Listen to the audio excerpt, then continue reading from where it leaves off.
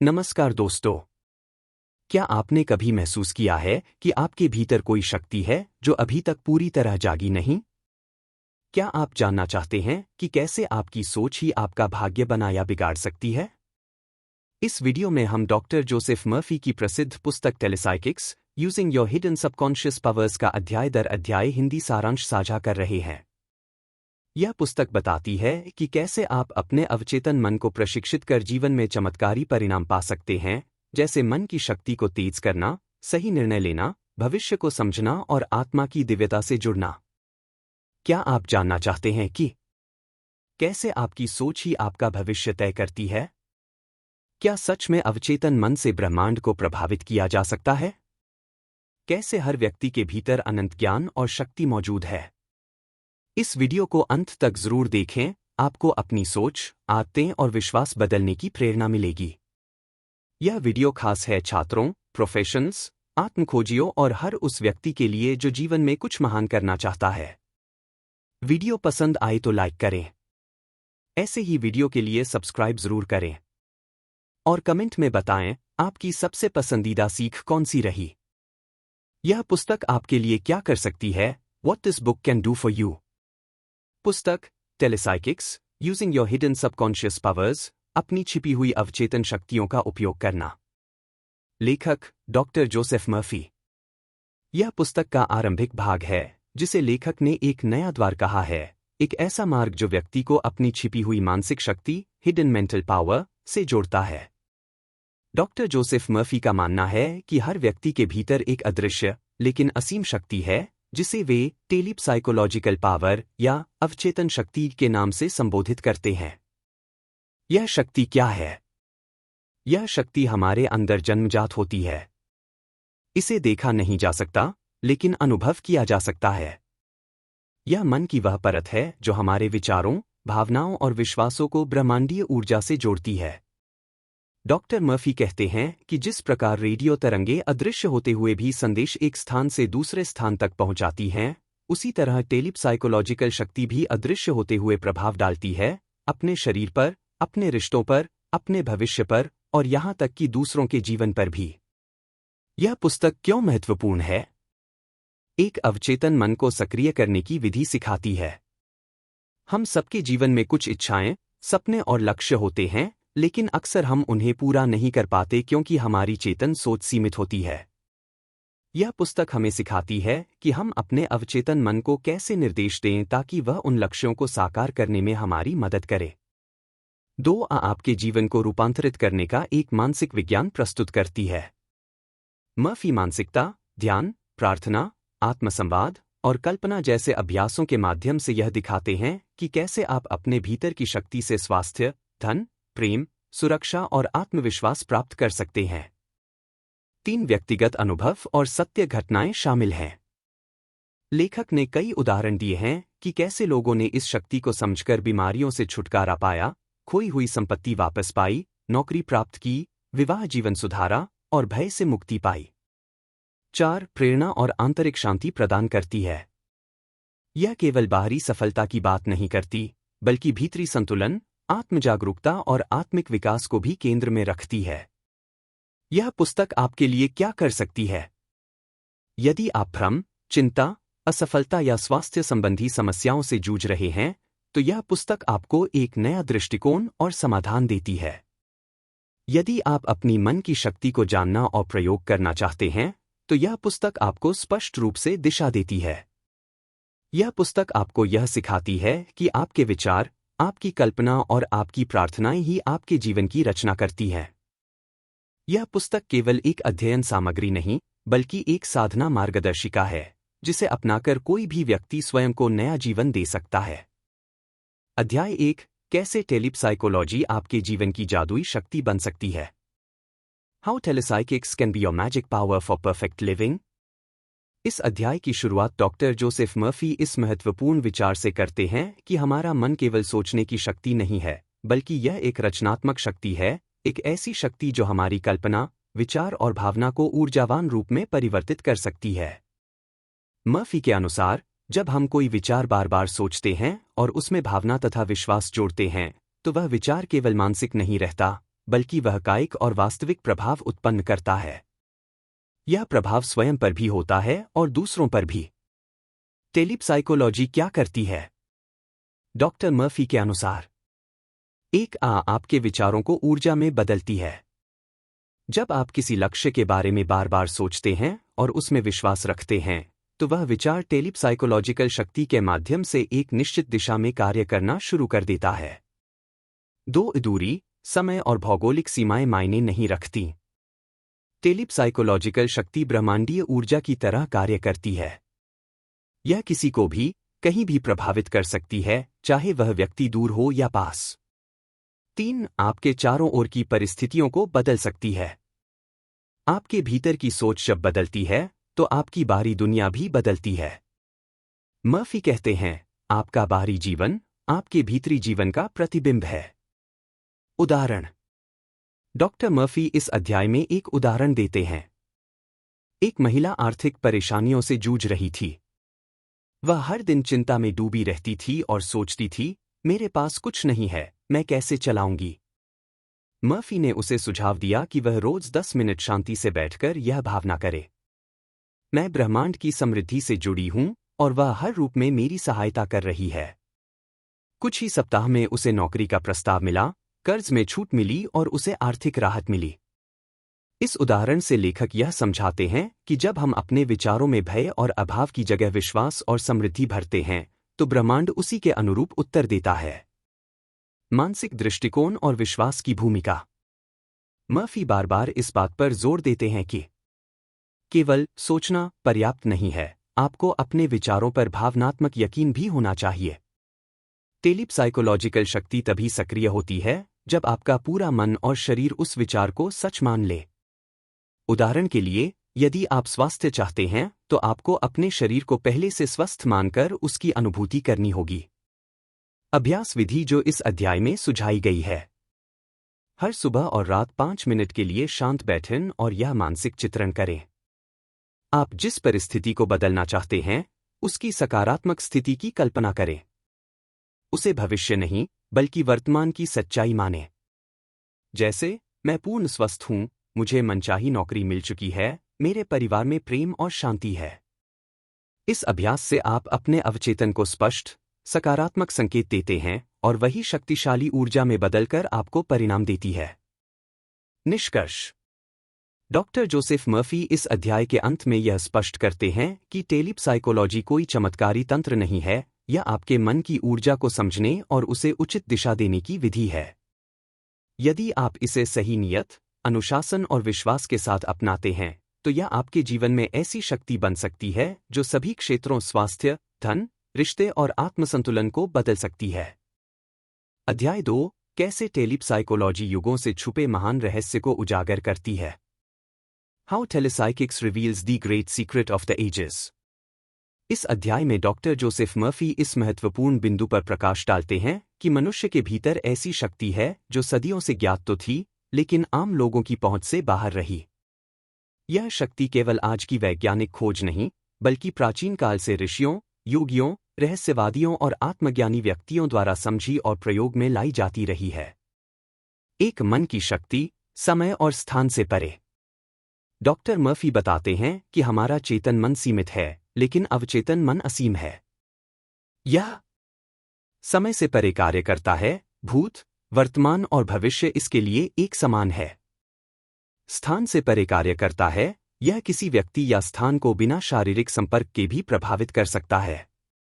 इसी को वे टेलीपसाइकोलॉजी कहते हैं, अर्थात एक ऐसी मानसिक शक्ति जो दूरी, भाषा, समय या परिस्थितियों की सीमाओं से मुक्त है। 2 युगों पुराना गूढ़ रहस्य।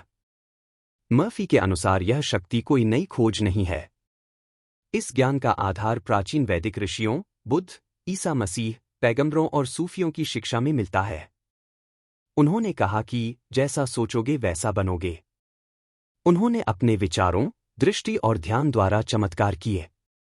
उनका जीवन ही यह प्रमाण था कि मन की शक्ति से भौतिक यथार्थ बदला जा सकता है। डॉक्टर मर्फी इन अनुभवों को आध्यात्मिक सत्य और वैज्ञानिक यथार्थ दोनों रूपों में देखते हैं। 3 मन का नियम, कारण और प्रभाव।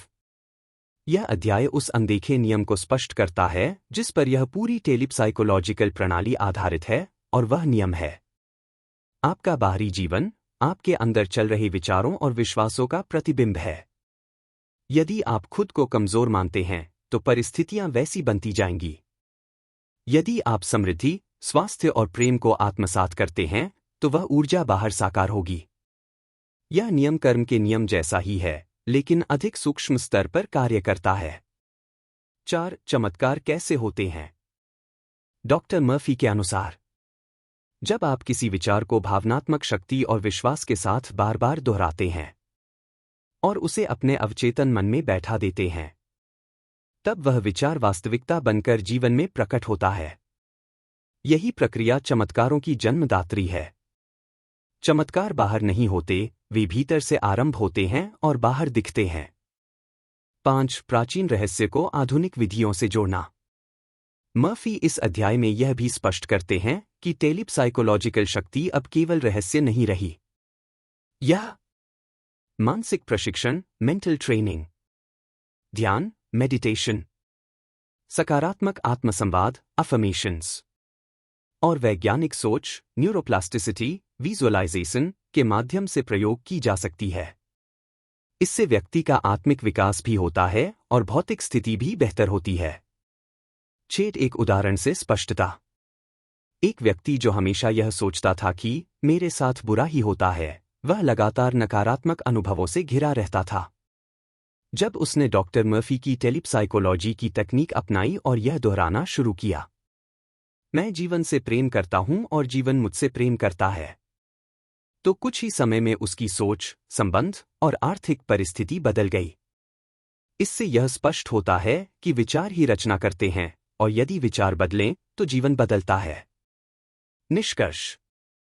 यह अध्याय हमें याद दिलाता है कि टेलीप्साइकोलॉजी केवल मानसिक अभ्यास नहीं, बल्कि प्राचीन सत्य और आधुनिक विज्ञान का संगम है। यह वह शक्ति है जिससे संतों ने चमत्कार किए और साधारण लोगों ने असाधारण जीवन जिया। यदि इस शक्ति को प्रेम, विश्वास और अनुशासन के साथ प्रयोग किया जाए तो यह किसी भी व्यक्ति का जीवन बदल सकती है। अध्याय 3. कैसे टेलीप्साइकोलॉजी आपके लिए चमत्कार कर सकती है। How to let Telepsychics work wonders for you. यह अध्याय पुस्तक के मुख्य क्रियात्मक भाग की शुरुआत करता है, जहां डॉक्टर जोसेफ मर्फी यह समझाते हैं कि टेलीप्साइकोलॉजी केवल एक सिद्धांत नहीं है, बल्कि एक व्यावहारिक प्रणाली है जिसे अपनाकर हर व्यक्ति अपने जीवन में यथार्थ चमत्कार ला सकता है। इस अध्याय का मूल उद्देश्य है कैसे हम अपने अवचेतन मन को प्रशिक्षित करें, नियंत्रित करें और निर्देश दें ताकि वह हमारी इच्छाओं को साकार कर सके। एक चमत्कार क्या होते हैं? डॉक्टर मर्फी के अनुसार चमत्कार कोई अलौकिक घटनाएं नहीं होती। वे मानसिक और आत्मिक नियमों के स्वाभाविक परिणाम होते हैं। जब हम टेलीप्साइकोलॉजिकल सिद्धांतों को सही तरीके से प्रयोग करते हैं तो घटनाएं इस तरह घटती हैं जैसे कोई चमत्कार हो गया हो, जबकि वे वास्तव में अवचेतन की प्रतिक्रियाएं होती हैं। उदाहरण: कोई लंबे समय से नौकरी नहीं पा रहा था, लेकिन मानसिक चित्रण और आत्मसंवाद से उसे मनचाही नौकरी मिल गई। कोई अस्वस्थ था, लेकिन गहन ध्यान और विश्वास से ठीक हो गया। मर्फी इसे चमत्कार नहीं, बल्कि प्राकृतिक मानसिक नियमों का परिणाम मानते हैं। 2 मुख्य अभ्यास जो इस अध्याय में बताए गए हैं। मानसिक चित्रण, मेंटल इमेजरी। अपने लक्ष्य की साफ और स्पष्ट तस्वीर रोज मन में बनाएं। उसे वर्तमान में घटती हुई स्थिति के रूप में देखें। जितना अधिक आप अपनी कल्पना में लक्ष्य को जीवंत बनाएंगे, उतनी अधिक शक्ति आप अवचेतन में डालेंगे। उदाहरण: यदि आप स्वस्थ होना चाहते हैं तो रोज कल्पना करें कि आप दौड़ रहे हैं, हंस रहे हैं, ऊर्जा से भरपूर हैं। ध्यान, मेडिटेशन। शांत वातावरण में बैठें, आंखें बंद करें और सांसों पर ध्यान केंद्रित करें। धीरे धीरे अपने मन को बाहरी शोर से हटाकर आंतरिक स्थिति में ले जाएं। ध्यान के माध्यम से आप अपने मन को गहराई से निर्देश दे सकते हैं। डॉक्टर मर्फी इसे मन को शांत करने और शक्तिशाली बनाने की कुंजी मानते हैं। आत्मसंवाद, ऑटोसजेशन बटा अफर्मेशन।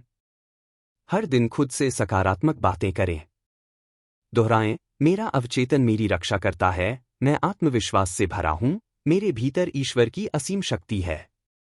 यह आत्मसंवाद अवचेतन को पुनः प्रोग्राम करता है। मर्फी कहते हैं, जो आप बार बार सोचते और कहते हैं, वह आपके जीवन का भाग बन जाता है। 3 अवचेतन मन को निर्देश देने के नियम। अवचेतन मन तर्क नहीं करता, वह केवल निर्देशों का पालन करता है। यदि आप डर, संदेह या भ्रम से सोचते हैं, तो वही साकार होगा। यदि आप विश्वास, स्पष्टता और प्रेम से सोचते हैं, तो वही परिणाम आएगा। इसलिए टेलीप साइकोलॉजी में सबसे महत्वपूर्ण है सकारात्मक भावना के साथ स्पष्ट निर्देश देना। 4 आदत और अनुशासन की शक्ति। मर्फी यह भी बताते हैं कि केवल एक बार ध्यान या चित्रण करने से चमत्कार नहीं होता। इसके लिए आपको प्रतिदिन अभ्यास करना होगा। यह ऐसा ही है जैसे आप रोज बीज बोते हैं और फिर उन्हें सिंचित करते हैं। आपका मन भी एक भूमि है, जो बीज आप डालेंगे वही फल देगा। 5 चमत्कार की प्रक्रिया का सार। मर्फी इस अध्याय में इस प्रक्रिया को 3 चरणों में बताते हैं। 1 कल्पना करें। मन में पूरी स्पष्टता के साथ वह स्थिति देखें जो आप चाहते हैं। 2 अनुभव करें। उसे वर्तमान में महसूस करें, माने कि वह पहले से सच है। 3 विश्वास करें। इस बात पर पूर्ण विश्वास रखें कि अवचेतन शक्ति इसे संभव बनाएगी। यह संयोजन ही आपके जीवन में चमत्कार को सक्रिय करता है। निष्कर्ष। डॉक्टर जोसेफ मर्फी इस अध्याय में पाठकों को यह विश्वास दिलाते हैं कि आप अपने जीवन की परिस्थितियों के गुलाम नहीं हैं। आपके भीतर एक शक्ति है जो हर चीज को रूपांतरित कर सकती है। यदि आप मानसिक चित्रण, ध्यान और आत्मसंवाद की विधियों को सही अनुशासन से अपनाते हैं, तो टेलीप साइकोलॉजी निश्चित रूप से आपके लिए चमत्कार करेगी। अध्याय 4 कैसे टेलीप साइकोलॉजी भविष्य देखने और अंतर्ज्ञान की आवाज पहचानने में मदद करती है। How telepsychics enables you to foresee the future and recognize the voice of intuition. Doctor Joseph Murphy इस अध्याय में एक अत्यंत सूक्ष्म और रहस्यमयी विषय को उजागर करते हैं, मनुष्य के भीतर भविष्य की संभावनाओं को महसूस करने की जन्मजात शक्ति। इसे वे टेलीप साइकोलॉजी के माध्यम से इंटरनल विजन या आंतरिक दृष्टि कहते हैं। यह कोई तांत्रिक विद्या नहीं, बल्कि आपके अवचेतन मन की एक प्राकृतिक क्षमता है। एक भविष्य की झलक कैसे मिलती है। मर्फी बताते हैं कि मनुष्य के भीतर एक तीसरी बुद्धि है जो भूत, वर्तमान और भविष्य को एक साथ देख सकती है। यह चेतन मन नहीं, बल्कि अवचेतन मन और उससे भी गहराई में स्थित अंतर्ज्ञान है। जब आप शांत, सजग और ग्रहणशील होते हैं, तो यह मन आने वाली घटनाओं की झलक देता है, चेतावनी देता है जब आप गलत दिशा में बढ़ रहे हों, सही निर्णय लेने के लिए आपको मार्गदर्शन देता है। 2 अंतर्ज्ञान की आवाज क्या है। डॉक्टर मर्फी अंतर्ज्ञान को ईश्वर की आवाज के रूप में परिभाषित करते हैं जो आपके भीतर से आती है। यह बिना तर्क या विश्लेषण के सीधा उत्तर देती है। भावनात्मक रूप से स्पष्ट होती है, जैसे अचानक कोई बात सच लगती है। आपकी चेतना के परे से आती है, जैसे कोई भीतर की रोशनी। यह आवाज बहुत कोमल होती है, इसलिए इसे सुनने के लिए मन का शांत और स्पष्ट होना आवश्यक है। 3 सपने और टेलीप साइकोलॉजिकल संकेत। मर्फी बताते हैं कि हमारे सपने भी टेलीप साइकोलॉजी के शक्तिशाली उपकरण हैं। जब आप सोते हैं, तब चेतन मन शांत हो जाता है और अवचेतन मन सक्रिय हो जाता है। ऐसे में आपको प्रतीकों के रूप में संदेश मिलते हैं। भविष्य की घटनाओं की जानकारी मिल सकती है। समस्याओं के समाधान आ सकते हैं। यदि आप अपने सपनों को समझने की आदत डालें, तो वे आपके लिए मार्गदर्शक बन सकते हैं। 4 कैसे पहचानें अंतर्ज्ञान और कल्पना में अंतर। मर्फी इस भ्रम को भी दूर करते हैं कि कहीं हम जो सोच रहे हैं वह महज कल्पना तो नहीं। वे बताते हैं, कल्पना अक्सर आपकी इच्छाओं या डर पर आधारित होती है, लेकिन अंतर्ज्ञान तटस्थ होता है, वह आपको जो है वही दिखाता है। अंतर्ज्ञान में कोई भावनात्मक उथल-पुथल नहीं होती, वह शांत और स्पष्ट होता है। इसलिए जब कोई विचार बिना पूर्व चेतावनी के शांत भाव से, दृढ़ता से अंदर से उठे, तो समझ लीजिए वह अंतर्ज्ञान है। 5 व्यवहारिक अभ्यास। डॉक्टर मर्फी इस अध्याय में कुछ प्रयोगात्मक विधियां भी सुझाते हैं जिससे आप अपनी अंतर्ज्ञान शक्ति को बढ़ा सकते हैं। अभ्यास 1, शांत मन से बैठना। रोज सुबह या रात 10 मिनट आंखें बंद कर मौन बैठें। किसी भी दिशा में विचार न करें। अपने अंदर उठने वाले सूक्ष्म भावों या संकेतों को महसूस करें। अभ्यास 2, प्रश्न और प्रतीक्षा। अपने मन में कोई प्रश्न स्पष्ट रूप से रखें और फिर शांत मन से अंतर्मन से उत्तर की प्रतीक्षा करें। उत्तर तुरंत नहीं भी आ सकता, लेकिन वह सपने, संकेत या सहज प्रेरणा के रूप में आएगा। अभ्यास 3, निर्णय लेने से पहले मन से परामर्श। कोई भी बड़ा निर्णय लेने से पहले कुछ पल आंखें बंद कर भीतर से पूछें, क्या यह सही है? ध्यान दें कि क्या आपको कोई आंतरिक विरोधाभास या शांति महसूस हो रही है। 6, अंतर्ज्ञान से जुड़े अनुभव। मर्फी कई उदाहरण देते हैं कि कैसे किसी व्यक्ति को अचानक लगा कि वह किसी को फोन करे और वही व्यक्ति परेशानी में था। किसी ने महसूस किया कि यात्रा टालनी चाहिए और दुर्घटना टल गई। किसी को सपना आया कि व्यापार में बदलाव लाना चाहिए और उसकी आर्थिक स्थिति सुधर गई। ये सब उदाहरण यह दिखाते हैं कि टेलीपसाइकोलॉजिकल चेतना आपको समय से पहले सचेत कर सकती है। 7, मन को ग्रहणशील कैसे बनाएं। मर्फी अंत में कहते हैं कि आप तभी अंतर्ज्ञान या भविष्यवाणी जैसी शक्तियों का लाभ ले सकते हैं जब आप भय, तनाव और तर्क से परे शांत अवस्था में रहें। आपको खुद पर और ब्रह्मांडीय बुद्धि पर विश्वास हो। आप बाहरी दुनिया से हटकर अपने भीतरी स्रोत से जुड़े। निष्कर्ष। डॉक्टर जोसेफ मर्फी इस अध्याय में यह स्पष्ट करते हैं कि भविष्य जानने की शक्ति आपके भीतर है, यह बाहर की कोई जादुई चीज नहीं है। यदि आप टेलीपसाइकोलॉजी के माध्यम से अपने मन को शांत करें, अपनी आंतरिक आवाज को सुनें और उसे अभ्यास द्वारा विकसित करें। अध्याय 5, कैसे टेलीपसाइकोलॉजी सपनों और दृष्टांतों में उत्तर प्रकट करती है। How Telepsychics reveals answers in dreams and visions. यह अध्याय बताता है कि सपने केवल मानसिक कल्पना या अव्यवस्थित सोच नहीं हैं, बल्कि वे हमारे अवचेतन और अचेतन मन द्वारा भेजे गए महत्वपूर्ण संदेश हैं। डॉक्टर मर्फी इस अध्याय में यह सिद्ध करते हैं कि यदि हम अपने सपनों को ठीक से समझें, तो वे हमारे जीवन के दैनिक प्रश्नों, समस्याओं और आने वाली संभावनाओं के उत्तर दे सकते हैं। 1, सपनों की प्रकृति, कल्पना नहीं, संकेत है। मर्फी कहते हैं, जब हम सोते हैं, तब चेतन मन शांत हो जाता है और अवचेतन मन जागरूक होता है। इस स्थिति में आत्मा और ब्रह्मांड के गहरे स्तरों से संवाद संभव होता है। यही संवाद हमें प्रतीकों, चित्रों और कहानियों के रूप में सपनों में दिखाई देता है। इसलिए सपनों को हल्के में लेना, अपने ही भीतर के मार्गदर्शक की आवाज को अनसुना करना है। 2, सपनों में उत्तर कैसे आते हैं। डॉक्टर मर्फी बताते हैं कि यदि आप किसी विशेष प्रश्न, समस्या या उलझन के साथ सोते हैं, तो अवचेतन मन उस प्रश्न को ब्रह्मांडीय चेतना में भेजता है। वहां से उत्तर आपको सपने के रूप में मिलता है। उदाहरण, किसी ने पूछा, मुझे कौन सी नौकरी स्वीकार करनी चाहिए, और सपने में उसने खुद को एक नई जगह खुश और सक्रिय देखा। किसी और ने पूछा, क्या मुझे किसी प्रस्ताव को स्वीकार करना चाहिए, और सपने में उसने खुद को किसी अंधेरी गली में देखा। ये सपने प्रतीकात्मक होते हैं, लेकिन सही समझ से इनका अर्थ साफ होता है। 3, सपनों की भाषा, प्रतीकों का विज्ञान। डॉक्टर मर्फी सपनों को एक प्रतीकात्मक भाषा कहते हैं। सपनों में सब कुछ सीधे शब्दों में नहीं आता, बल्कि संकेतों में आता है। सामान्य प्रतीकों के अर्थ: पानी भावनाएं, अवचेतन की गहराई; ऊंचाई पर चढ़ना, सफलता की ओर बढ़ना; गिरना, असुरक्षा, भय या विफलता की चेतावनी; प्रकाश या सूरज, समाधान, चेतना, आंतरिक सत्य; बंद दरवाजा, अवसरों का रुकना या बाधा। डॉक्टर मर्फी कहते हैं कि इन प्रतीकों को समझने के लिए आत्मावलोकन और अभ्यास की आवश्यकता होती है। 4, दृष्टांत या विजन, जागृत अवस्था में भी उत्तर।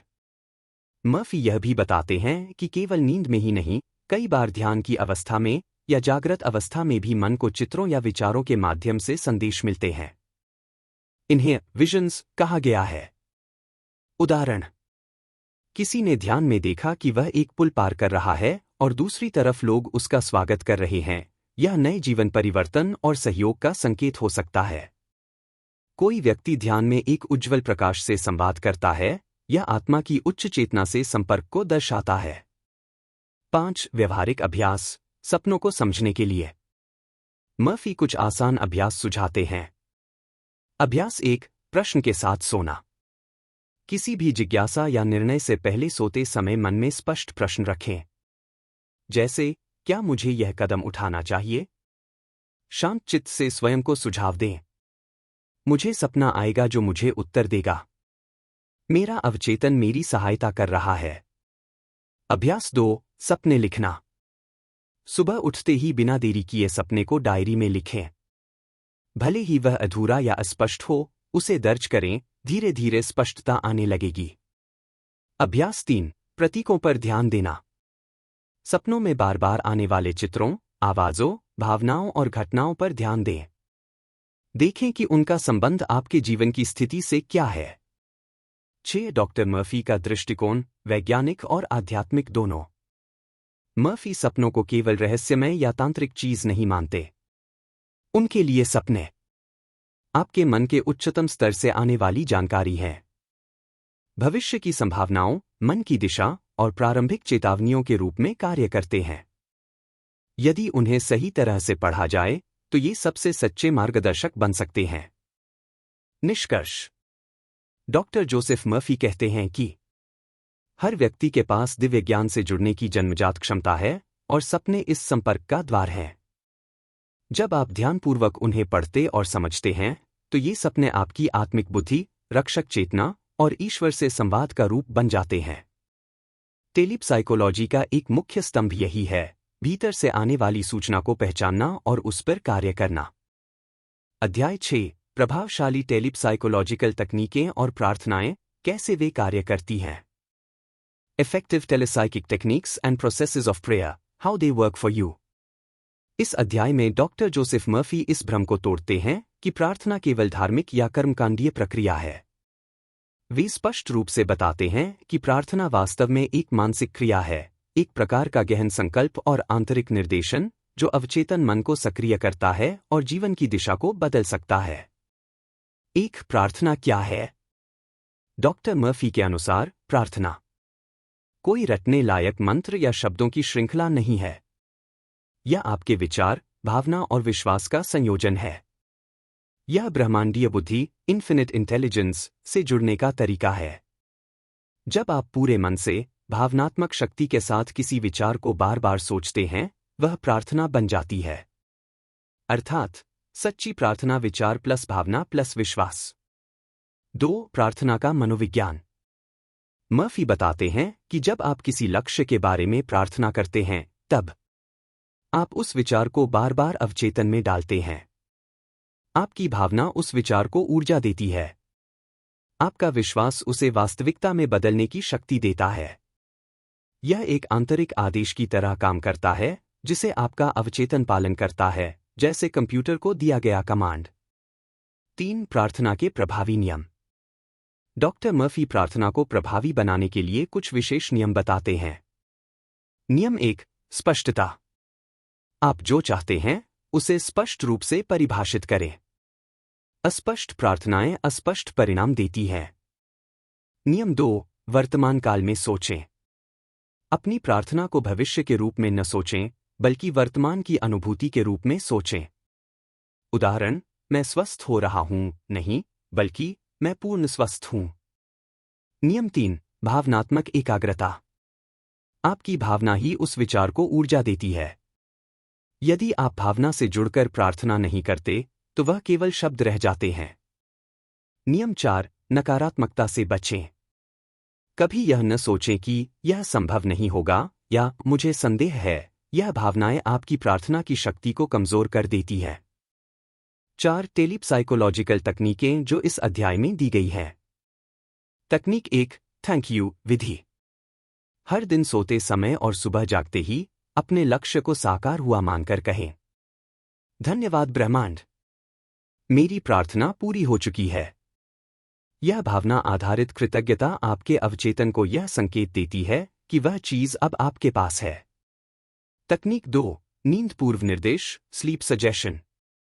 सोने से ठीक पहले जब चेतन मन शांत होता है तो अवचेतन अधिक ग्रहणशील होता है। उस समय अपने मन में वह विचार दोहराएं जिसे आप साकार करना चाहते हैं। उदाहरण, हर दिन मैं अधिक ऊर्जा और आत्मविश्वास से भर रहा हूं। तकनीक 3, दोहराव विधि, रेपिटिशन। एक ही सकारात्मक विचार को दिन में कई बार शांत मन से दोहराना, विशेष रूप से किसी भी डर या नकारात्मक सोच के क्षणों में। 5, प्रार्थना का वैज्ञानिक दृष्टिकोण। डॉक्टर मर्फी कहते हैं कि प्रार्थना के पीछे कोई रहस्यवादी शक्ति नहीं, बल्कि मानव चेतना का वैज्ञानिक कार्य होता है। हर विचार एक तरंग है। जब वह बार बार दोहराई जाती है तो वह एक कंपन, वाइब्रेशन के रूप में ब्रह्मांडीय ऊर्जा से जुड़ जाती है और समान कंपन वाली घटनाओं और लोगों को आकर्षित करती है। यही आकर्षण का नियम, लॉ ऑफ अट्रैक्शन, है। 6, सकारात्मक और नकारात्मक प्रार्थनाएं। मर्फी चेतावनी देते हैं कि हर विचार एक प्रार्थना है, चाहे वह सकारात्मक हो या नकारात्मक। यदि आप बार बार सोचते हैं कि मुझे कुछ नहीं मिलेगा, तो यह भी एक प्रकार की नकारात्मक प्रार्थना है जो आपके जीवन में अभाव को बढ़ाती है। इसलिए जरूरी है कि आप अपनी हर सोच को एक सकारात्मक निर्देश बनाएं। 7, व्यावहारिक उदाहरण। डॉक्टर मर्फी एक केस स्टडी में बताते हैं। एक महिला को लंबे समय से संतान नहीं हो रही थी। उसने रोज रात को सोने से पहले मन में यह चित्रण किया, मैं अपनी संतान को गोद में लिए मुस्करा रही हूं। उसने यह भावना के साथ दोहराया और गहराई से उस दृश्य में डूब गई। कुछ ही महीनों में उसे डॉक्टर से आश्वासन मिला और अंततः उसकी प्रार्थना फलीभूत हुई। यह केवल संयोग नहीं, बल्कि अवचेतन को दिए गए स्पष्ट निर्देश का परिणाम था। निष्कर्ष। डॉक्टर जोसेफ मर्फी इस अध्याय में प्रार्थना को एक शक्तिशाली मानसिक उपकरण के रूप में प्रस्तुत करते हैं, न कि धार्मिक परंपरा मात्र के रूप में। वे बताते हैं कि प्रार्थना वह मानसिक बीज है जिसे यदि विश्वास और भावना से बोया जाए तो वह फल अवश्य देता है। हर व्यक्ति के भीतर वह शक्ति है जो दृढ़ संकल्प और सही सोच के माध्यम से ब्रह्मांड से संपर्क कर सकती है। प्रार्थना केवल मांगी नहीं जाती, उसे महसूस किया जाता है, जिया जाता है और अनुभव किया जाता है। अध्याय 7, कैसे टेलीपसाइकोलॉजी उस प्रार्थना की शक्ति देती है जो कभी असफल नहीं होती। How to use Telepsychics for the prayer that never fails. Doctor Joseph Murphy इस अध्याय में एक अत्यंत शक्तिशाली सिद्धांत प्रस्तुत करते हैं कि ऐसी प्रार्थना भी संभव है जो कभी असफल नहीं होती, यदि उसे सही तरीके से किया जाए। वे स्पष्ट रूप से कहते हैं, सच्ची प्रार्थना वह नहीं जो शब्दों से की जाती है, बल्कि वह है जो अनुभूति के स्तर पर की जाती है, जैसे वह पहले से पूरी हो चुकी हो। इस अध्याय का उद्देश्य यह सिखाना है कि कैसे टेलीपसाइकोलॉजी द्वारा हम अपनी चेतना को उस स्तर पर ले जाएं, जहां वह परिणाम को पहले ही साकार मान ले, और यही वह रहस्य है जो प्रार्थनाओं को सफल बनाता है। एक सही प्रार्थना क्या है? मर्फी के अनुसार, सही प्रार्थना में केवल बोलना या मांगना नहीं होता, बल्कि आप अपने लक्ष्य की मानसिक तस्वीर बनाते हैं। उसमें भावना भरते हैं जैसे वह अभी अभी सच हुआ हो, और उस स्थिति में मानसिक रूप से जीते हैं। यही वह अनुभूति, फीलिंग, है जो प्रार्थना को ब्रह्मांडीय चेतना तक पहुंचाती है। यदि आप यह महसूस कर सकते हैं कि वह चीज आपकी हो चुकी है, तो वह आपकी हो जाती है। 2, प्रार्थना की असफलता का मुख्य कारण। बहुत से लोग प्रार्थना करते हैं, लेकिन उन्हें परिणाम नहीं मिलता क्योंकि वे मांगते तो हैं, लेकिन यकीन नहीं रखते। वे सोचते हैं, काश ऐसा हो जाए, लेकिन मन में संदेह बना रहता है। वे प्राप्ति की स्थिति में नहीं जाते, बल्कि अभाव की भावना से प्रार्थना करते हैं। मर्फी कहते हैं, जहां संदेह है, वहां अवचेतन शक्ति सक्रिय नहीं होती। 3, अवचेतन को कैसे सक्रिय करें? इट इज डन की भावना से। मर्फी का केंद्रीय मंत्र है, प्रार्थना ऐसे करें जैसे वह पूरी हो चुकी है। उदाहरण, अगर आप आर्थिक समृद्धि चाहते हैं, तो प्रार्थना करते समय ऐसा महसूस करें जैसे आपके पास धन है। अगर आप स्वास्थ्य चाहते हैं, तो अपने शरीर को पहले से स्वस्थ, ऊर्जावान और शांत अनुभव करें। इस अनुभूति से अवचेतन मन को स्पष्ट आदेश मिलता है, यह मेरा यथार्थ है, इसे ही साकार करो। 4, व्यावहारिक विधि, सफल प्रार्थना के चरण। चरण 1, लक्ष्य की स्पष्ट कल्पना करें। आप जो चाहते हैं उसे वर्तमान काल में सोचें, जैसे वह अभी हो रहा है। चरण 2, उससे जुड़ी भावना को महसूस करें। अपनी आंखें बंद करें और यह अनुभव करें कि जब यह चीज पूरी हुई तो आपको कैसा लगा। चरण 3, कृतज्ञता व्यक्त करें। अब यह कहें, धन्यवाद, यह पहले से पूरा हो चुका है। यह कृतज्ञता उस विचार को शक्ति देती है। चरण 4, छोड़ दें और विश्वास करें। अब उस विचार को बार बार खींचने या संशय करने की बजाय उसे ब्रह्मांडीय शक्ति के हवाले कर दें। यह लेटिंग गो प्रक्रिया उसका मार्ग प्रशस्त करती है। 5, प्रार्थना की 3 अवस्थाएं। मर्फी के अनुसार सफल प्रार्थना की प्रक्रिया में ये 3 अवस्थाएं होती हैं। 1, मेंटल एक्सेप्टेंस, मन से स्वीकार करना कि यह संभव है। 2, इमोशनल रियलाइजेशन, भावना से अनुभव करना कि यह हो चुका है। 3, स्पिरिचुअल सरेंडर, पूर्ण विश्वास के साथ परिणाम को ब्रह्मांड पर छोड़ देना। 6, एक प्रेरणादायक उदाहरण। डॉक्टर मर्फी बताते हैं, एक युवक को कर्ज में डूबा हुआ अपना व्यवसाय बंद करना पड़ा। लेकिन उसने रोज शांत बैठकर यह कल्पना की कि उसका नया कार्यालय सुंदर है, ग्राहक उसके पास हैं और उसका बैंक खाता भर चुका है। उसने खुद को समृद्ध व्यापारी की तरह महसूस किया और कुछ ही महीनों में उसे नया मौका मिला, निवेशक मिले और उसका व्यवसाय पुनः शुरू हुआ। यह प्रार्थना की असफल न होने वाली शक्ति का प्रमाण है। 7, सकारात्मक पुष्टि, एफर्मेशन, जो काम करती है। मर्फी इस अध्याय में एक अत्यंत प्रभावशाली वाक्य देते हैं जो आप रोज प्रयोग कर सकते हैं। मैं अब उस पूर्णता की स्थिति में हूं जो मेरी आत्मा के अनुसार है। मैं शांत हूं, समृद्ध हूं और ईश्वर की कृपा मेरे जीवन में प्रकट हो रही है। आप चाहें तो इसे सुबह और रात को दोहराएं, यह आपकी चेतना को बदलने का कार्य करती है। 8, प्रार्थना कोई याचना नहीं, यह सृजन है। मर्फी की मूल शिक्षा यही है कि आप जब प्रार्थना करते हैं तो ईश्वर से कुछ मांग नहीं रहे होते, बल्कि आप अपने ही अवचेतन के माध्यम से उस सृजन को सक्रिय कर रहे होते हैं। यही टेलीपसाइकोलॉजी की शक्ति है, अनुभूति के स्तर पर सृजन। निष्कर्ष। डॉक्टर जोसेफ मर्फी कहते हैं कि प्रार्थना असफल तब होती है जब आप विश्वास नहीं रखते। आप केवल शब्द दोहराते हैं लेकिन अंदर से झूठा महसूस करते हैं। आप चाहने की बजाय पाने की स्थिति को महसूस नहीं करते। लेकिन जब आप प्रार्थना को पूर्णता की अनुभूति में बदलते हैं तो वह असफल नहीं होती। अध्याय 8, कैसे टेलीपसाइकोलॉजी के रहस्यमय स्रोतों से संपर्क करें। How to approach the mystic sources of Telepsychics. Doctor Joseph Murphy इस अध्याय में यह स्पष्ट करते हैं कि टेलीपसाइकोलॉजी केवल मानसिक तकनीक नहीं बल्कि एक आध्यात्मिक विज्ञान है। इसके रहस्यमय स्रोत मन और शरीर के पार, आत्मा की गहराइयों में स्थित होते हैं, जहां व्यक्ति ईश्वर या ब्रह्मांडीय चेतना से सीधा संपर्क कर सकता है। एक क्या हैं टेलीपसाइकोलॉजी के रहस्यमय स्रोत? डॉक्टर मर्फी बताते हैं कि यह शक्ति न तो बाहर कहीं है, न ही किसी और के पास। यह हमारे ही भीतर स्थित आत्मा, सोल, अवचेतन मन, सबकॉन्शियस और ब्रह्मांडीय चेतना से जुड़ी चेतना, सुपरकॉन्शियस, से आती है। यह वही रहस्यमय क्षेत्र है जहां संत, योगी, ऋषि और रहस्यवादी, मिस्टिक्स, ध्यान द्वारा पहुंचे हैं। 2, इन स्रोतों से संपर्क का माध्यम, ध्यान, मौन और आत्मसंवाद।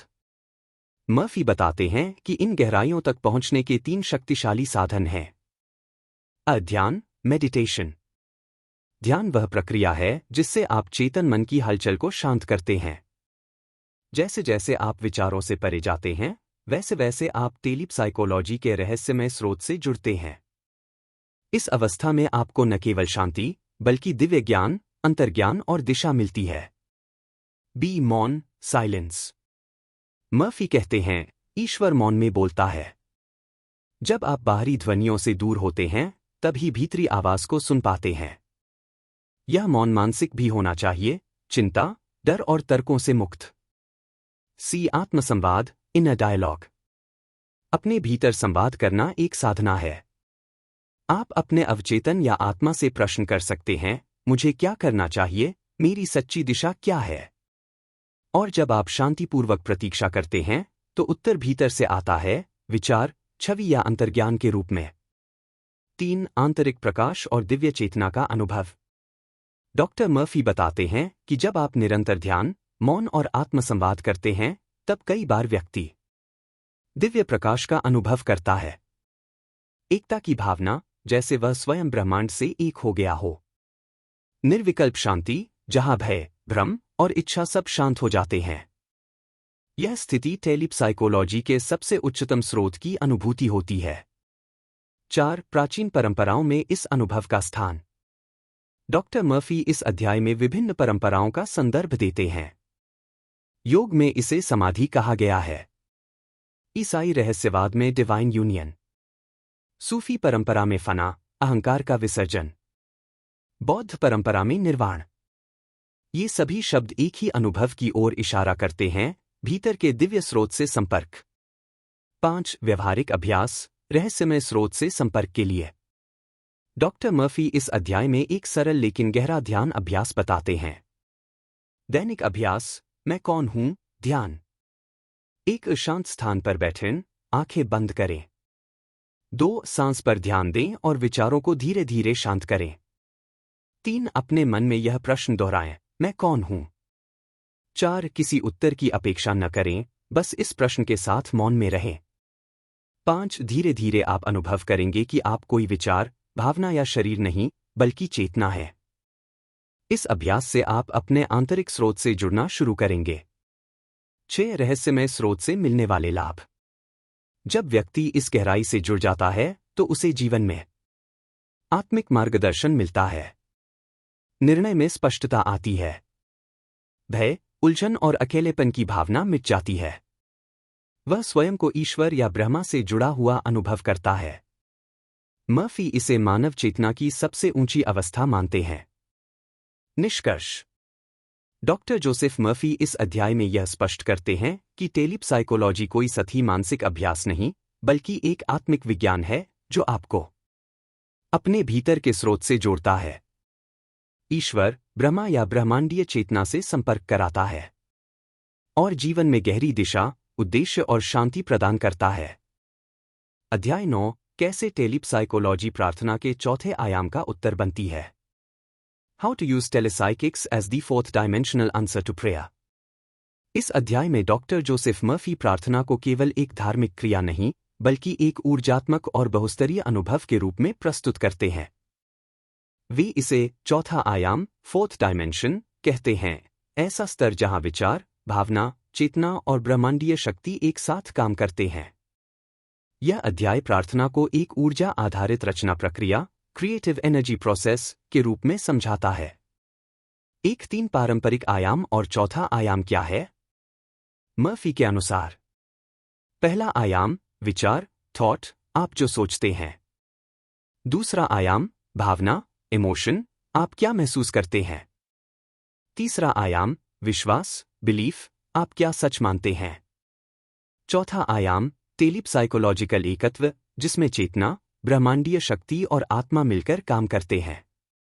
यह चौथा आयाम सीधा सृजनात्मक आयाम है, यहां आप केवल मांगते नहीं, रचते हैं। 2 प्रार्थना का चौथा आयाम, अनुभव की स्थिति। डॉक्टर मर्फी कहते हैं, जब आप किसी विचार को इतनी गहराई से अनुभव करते हैं कि वह सत्य लगने लगता है, तो वह ब्रह्मांडीय चेतना द्वारा ग्रहण होता है और साकार होता है।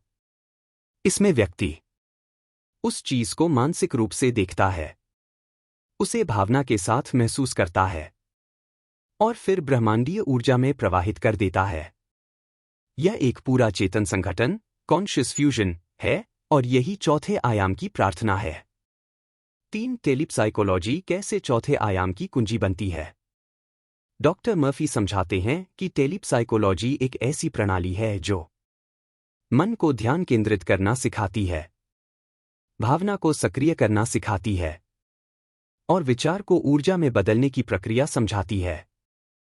इस प्रकार यह व्यक्ति को चौथे आयाम तक पहुंचा देती है, जहां इच्छा और वास्तविकता एक हो जाती है। 4 इस स्तर पर प्रार्थना कैसी होती है।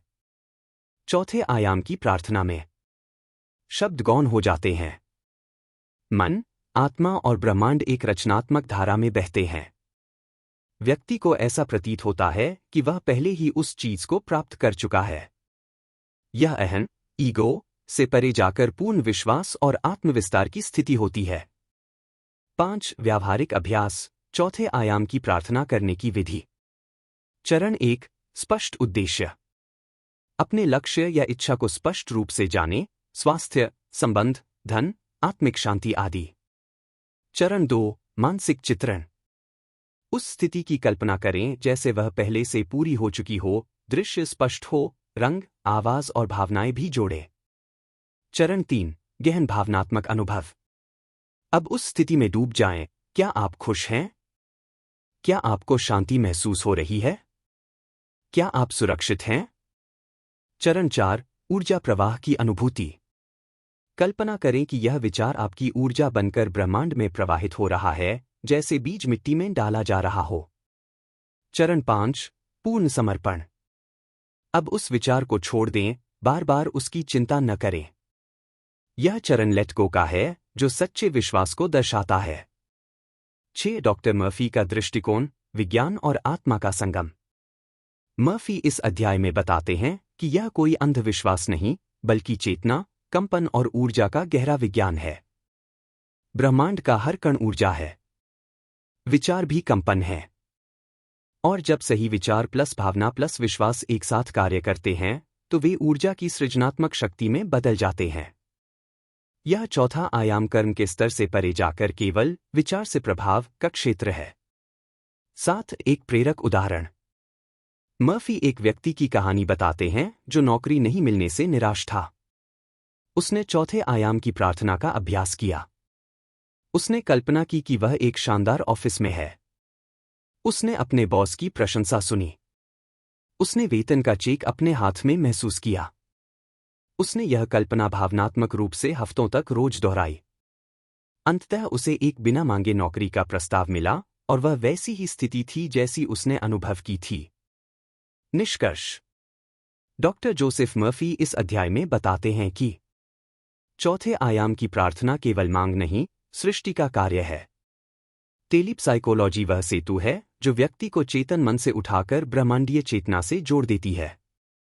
जब व्यक्ति इस आयाम में कार्य करता है तो परिणाम निश्चित होता है, क्योंकि यह चेतना से रचा गया है, शब्दों से नहीं। अध्याय 10. कैसे टेलीपसाइकोलॉजी आपके मन की उच्च शक्तियों को मुक्त करती है। How Telepsychics releases the higher powers of your mind. Doctor Joseph Murphy इस अध्याय में यह गहराई से समझाते हैं कि मन सिर्फ विचारों का संग्रह नहीं, बल्कि एक ऊर्जा स्रोत है जिसमें अनगिनत उच्च शक्तियां छिपी होती हैं, जैसे अंतर्ज्ञान, रचनात्मकता, मानसिक उपचार, स्पष्ट दृष्टि, क्लेवॉयंस और मानसिक संवाद, टेलीपैथी। उनका संदेश स्पष्ट है। आपका मन सीमित नहीं है, आप स्वयं ने उसे सीमाओं में बांध रखा है। टेलीपसाइकोलॉजी इन बंधनों को तोड़ने की कला है। एक उच्च मानसिक शक्तियां क्या हैं? डॉक्टर मर्फी बताते हैं कि हर इंसान में निम्नलिखित उच्च शक्तियां मौजूद हैं। आंतरिक दृष्टि, इनर विजन, बिना देखे वस्तु, भविष्य या स्थिति को समझ पाना। इच्छा शक्ति, विल पावर, मानसिक संकल्प से कार्य को बदल सकना। सर्जनात्मकता, क्रिएटिविटी, नई चीजें सोचने, बनाने और समझने की क्षमता।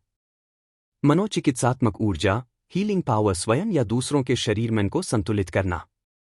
टेलीपैथी, दूसरों के विचारों को समझना या महसूस करना। अंतर्ज्ञान, इंट्यूशन, निर्णय लेने की सहज बुद्धि, बिना तर्क के भी सही जान लेना। 2. समस्या, क्यों ये शक्तियां निष्क्रिय रहती हैं? डॉक्टर मर्फी कहते हैं कि ये शक्तियां निष्क्रिय नहीं हैं, बस हम उन्हें पहचानते नहीं। हम बाहरी दुनिया में इतने व्यस्त रहते हैं कि भीतरी दुनिया से संपर्क टूट जाता है। हमारे विचार सीमित हैं, हम सोचते हैं कि यह मेरे बस में नहीं। यह सीमित विश्वास, लिमिटेड बिलीफ, ही हमारे भीतर की उच्च क्षमताओं को निष्क्रिय बना देता है।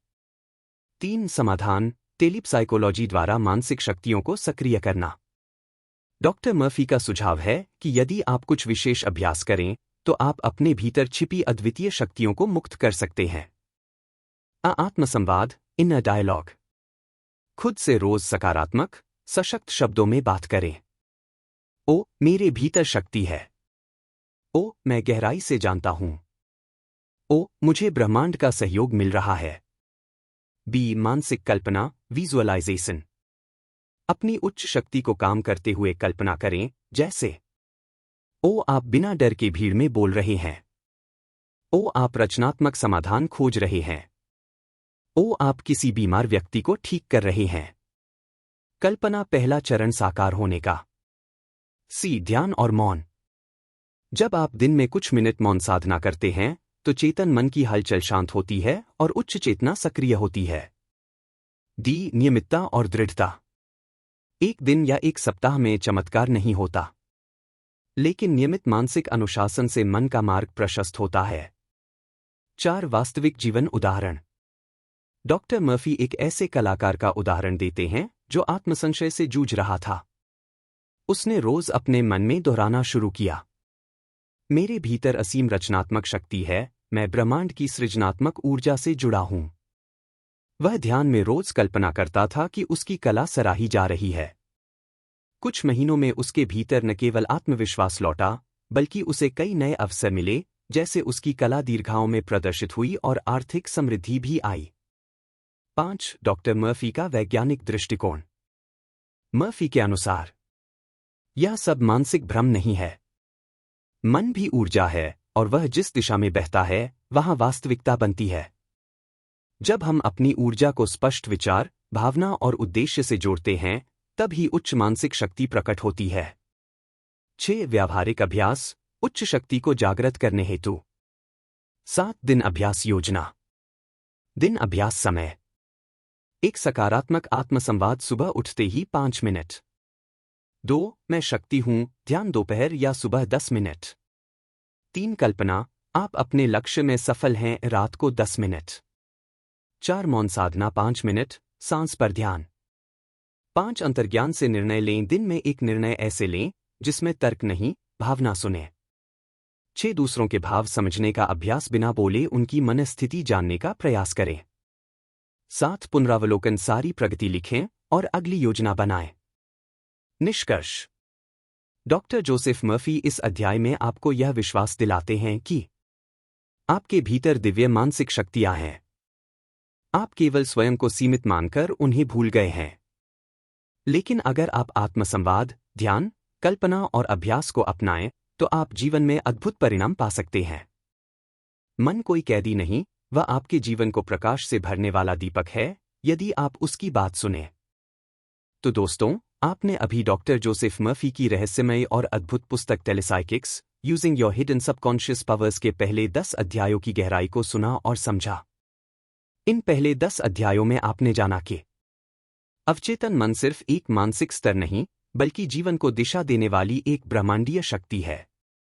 कैसे टेलीसाइकोलॉजी हमारी सोच, प्रार्थना, कल्पना और विश्वास को एक आकर्षण की ऊर्जा में बदल देती है। आपने सीखा कि कैसे हम अपने भीतर की आवाज को सुन सकते हैं, सपनों में उत्तर पा सकते हैं और ऐसी प्रार्थना कर सकते हैं जो कभी विफल नहीं होती। और सबसे महत्वपूर्ण, आपने यह समझा कि जब हम मन के नियमों के साथ तालमेल में आते हैं, तब जीवन अपने आप बदलने लगता है। यह सिर्फ विचार नहीं, एक जीवंत अनुभव है जिसे आप खुद अभ्यास करके महसूस कर सकते हैं। अब मैं आपसे एक छोटी सी विनती करना चाहता हूं। नीचे कमेंट में जरूर लिखिए, इन पहले 10 अध्यायों में से कौन सा विचार, सिद्धांत या अनुभव आपको सबसे ज्यादा छू गया? क्या आपने कभी ऐसा कोई पल जिया है जहां आपको लगा हो कि आपका अवचेतन आपकी मदद कर रहा है? अगर आपको इस वीडियो ने प्रेरित किया, आपके विचारों में रोशनी जगाई, तो कृपया इस वीडियो को लाइक करें, दोस्तों के साथ शेयर करें और चैनल को सब्सक्राइब जरूर करें, क्योंकि अगली वीडियो में हम इस पुस्तक के अगले 10 अध्यायों यानी चैप्टर 11 से 20 तक की शक्तिशाली सीखों को विस्तार से जानने वाले हैं, जहां आप जानेंगे फेथ की शक्तियों को कैसे जागृत करें, सही निर्णय लेने के लिए अवचेतन का मार्गदर्शन कैसे पाएं और अपने भीतर छिपी दिव्यता और रचनात्मक ऊर्जा को जीवन में कैसे लाएं। याद रखिए, यह ज्ञान कोई कल्पना नहीं, यह एक आम इंसान की असाधारण क्षमता की कुंजी है। और यह कुंजी अब आपके हाथों में है, बस प्रयोग करना शुरू कीजिए। मिलते हैं अगले भाग में एक नई चेतना और नई शक्ति के साथ। धन्यवाद। और अपनी आत्मिक यात्रा जारी रखें।